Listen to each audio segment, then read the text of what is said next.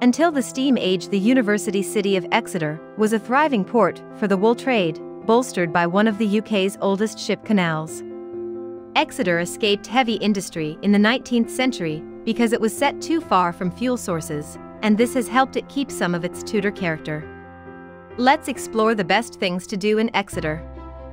Number 1. Exeter Cathedral. Begun at the start of the 12th century and finished just under 300 years later, Exeter Cathedral is bursting with incredible things to see. Oldest of all is the pair of square Norman Romanesque towers flanking the nave.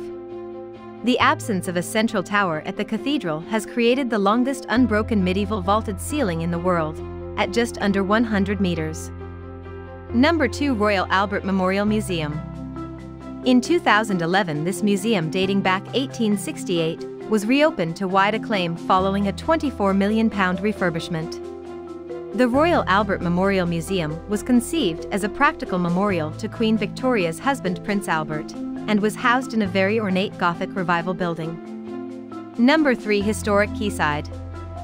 In the warmer months, there's something going on most days, like the annual 10K run or outdoor concerts, while the pubs, restaurants, and cafes have tables next to the water.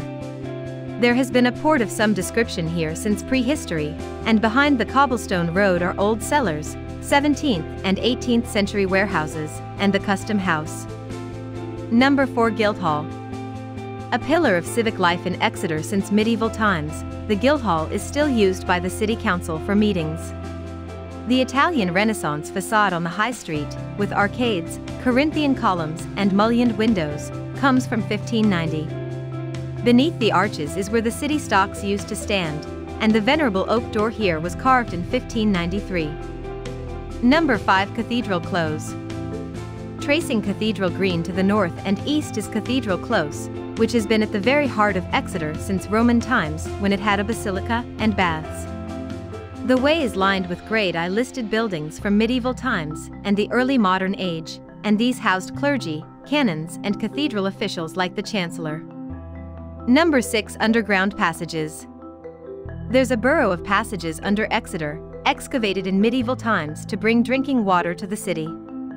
The water traveled through lead pipes, and to make them easier to maintain and avoid digging up the city, the pipes were kept in large vaults.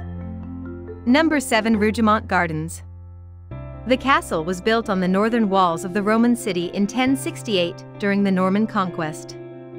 Later it was mentioned in Shakespeare's Richard III, and the last people in England to be executed for witchcraft were tried at this building in 1682. The largest fragment is the square early Norman gatehouse. Number 8. Bill Douglas Cinema Museum. Named after the Scottish directory Bill Douglas, the museum is in Aladdin's cave for fans of cinema, full of curios like magic lanterns, shadow puppets, posters, early cameras, movie magazines from the silent era, vintage cinema signs, hand panorama reels, wax phonograph cylinders, flip books, and a great deal more. Number 9. Parliament Street. For a quick diversion, Parliament Street, branching off the High Street, and a short walk from the Cathedral Yard, is one of the narrowest streets in the world. Measuring 63.5 centimeters across at its narrowest point, this street was first set out in the 1300s. Number 10. Haldon Forest Park. Head south from Exeter, and you'll soon be in a mosaic of woodland known as the Haldon Forest. There are over 3,500 hectares of pine and hardwood forest, all on elevated ground along a ridge between the River Exe and the Exe estuary.